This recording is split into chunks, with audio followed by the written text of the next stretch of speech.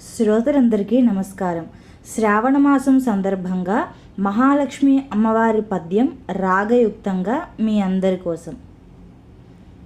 లక్ష్మీం క్షీరసముద్రరాజతనయాం శ్రీరంగధామేశ్వరీం దాసీభూతసమస్తదేవవనితాం లోకైకదీపాంకురాం